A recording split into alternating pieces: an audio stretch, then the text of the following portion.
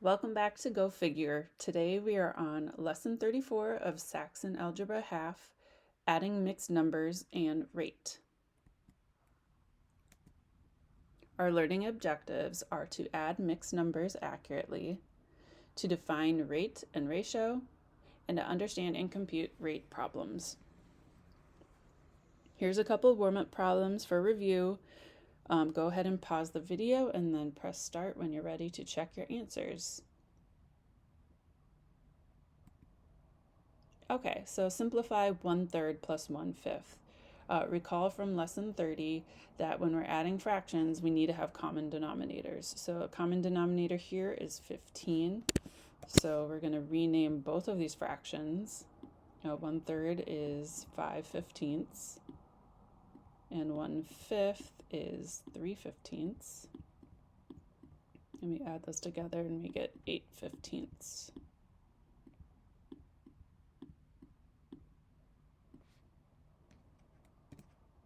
Next, we want to convert this improper fraction to a mixed number. So improper fraction is when we have a numerator that is greater than the denominator. So 12 goes into 17 one time, and then our remainder is 5/12. And that is our mixed number when we have a whole number and a fraction together, a proper fraction together. So when adding mixed numbers, so like I said, a mixed number has a whole number and a fraction. And when we're adding them, all we need to do is add the whole numbers together and add the fractions together. So for example, 6 1/3 plus 4 1/3. We just add our whole numbers, 6 plus 4, which is 10, and 1/3 plus 1/3, which is 2/3. 10 and 2/3. Pretty simple. So sometimes when there are unequal denominators in your fraction, or when the sum of the fractions is improper, you need to do a few more steps, which we just reviewed. You want to find a common denominator and then add the fractions. And we also need to change our improper fractions to mixed numbers and then add them.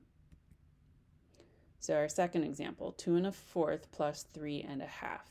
So we have uncommon denominators, so we need to change both of these fractions so that they have a common denominator. So 2 1/4, and then our 1/2 is going to be changed to 2/4. And then we can go ahead and add our whole numbers, 2 plus 3, and then add our fractions. 1/4 plus 2/4 is 3/4.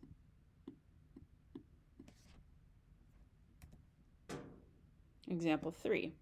Here we have a couple numbers that are a little bit bigger, and when we have problems like this, it's can be easier to rewrite them vertically.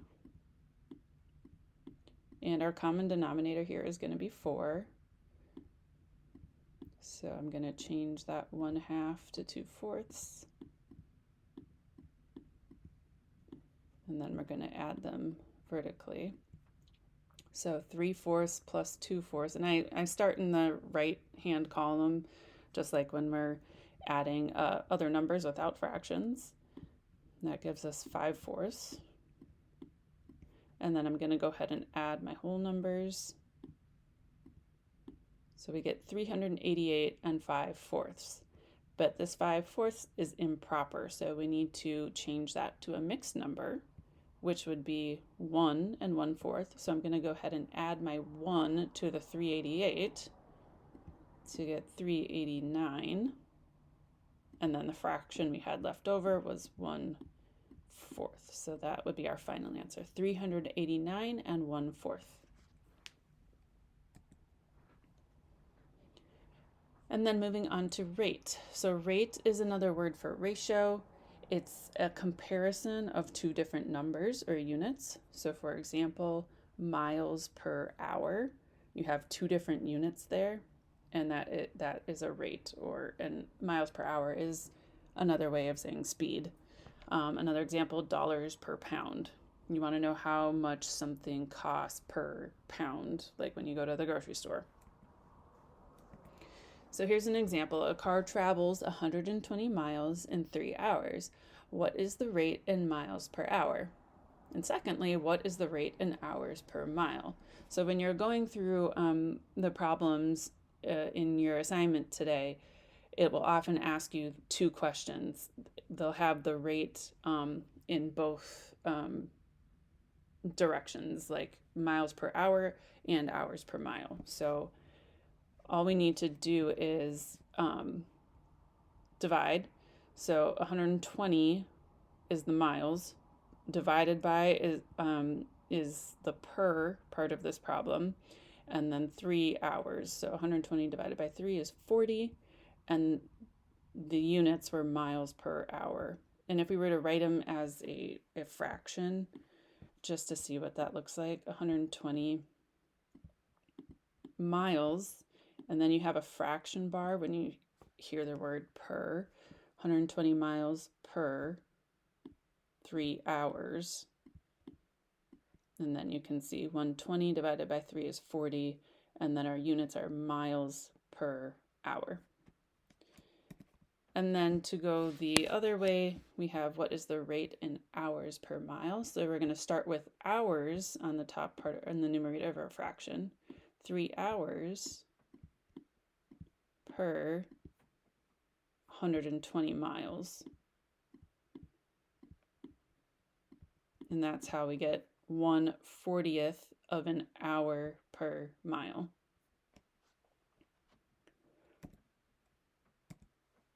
So watch out for these common mistakes as you're going through your problems, forgetting to add your whole numbers. You want to be sure you're adding your whole numbers together and you're adding your fractions together. Not renaming fractions. Remember, you need a common denominator before you can add them up. And mixing up the units in rate problems. Be sure that you're answering the question the way that they want. If say miles per hour, be sure that you're putting the number of miles in your numerator and the number of hours in your denominator. Here are your practice problems from the book. Go ahead and pause the video, work through these problems, and then press start when you're ready to check your answers. Okay, so first one, 2 1/5 plus 3 1/10.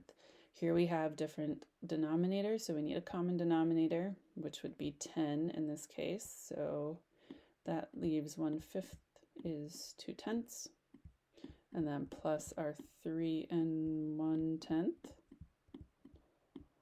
Okay, then we add our whole numbers. 2 plus 3 is 5, 2/10 plus 1/10 is 3/10. So 5 3/10. And this one I'm going to rewrite vertically as well. And we can see that we have different denominators. Our least common denominator here would be 20. So let's rewrite this as 472. And we're multiplying by 4 for this first fraction. So 8/20. And we're going to add 312, and we're multiplying by 5 here, so 15/20. I'm going to add my fractions first. 8 plus 15 is 23, and that's 20ths. And then add our whole numbers.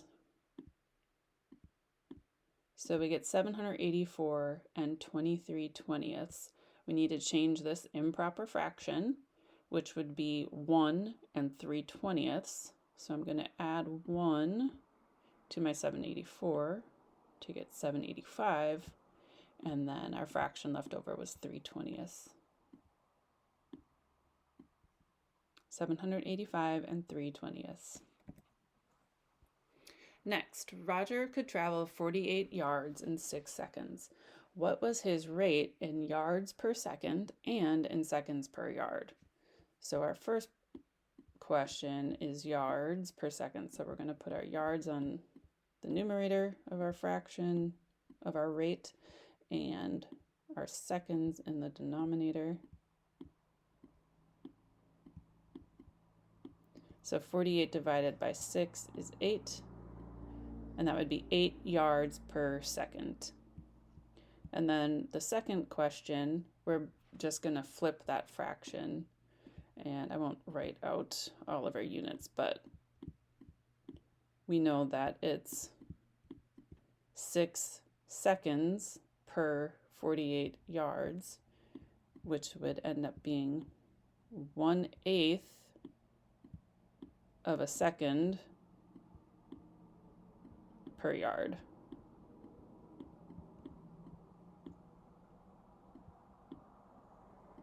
Okay, so that means that it takes 1/8 of a second for him to travel 1 yard. And lastly, 8 apples can be purchased for $2. What is the rate in apples per dollar and in dollars per apple?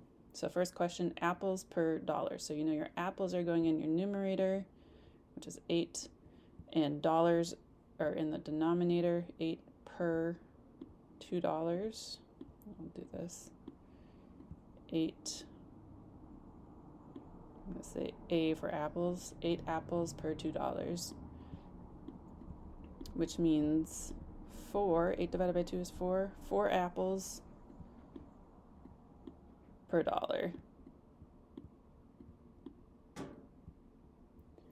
And then our second question, we want the rate in dollars per apple. So we're going to put the $2 in our numerator this time. $2 per 8 apples. So 2 divided by 8 is 1/4. So that's saying 1/4 of a dollar per apple, or 25 cents per apple. All right, that's all for today. So go ahead and do your assignment, problem set 34, and then read lesson 35 in your textbook.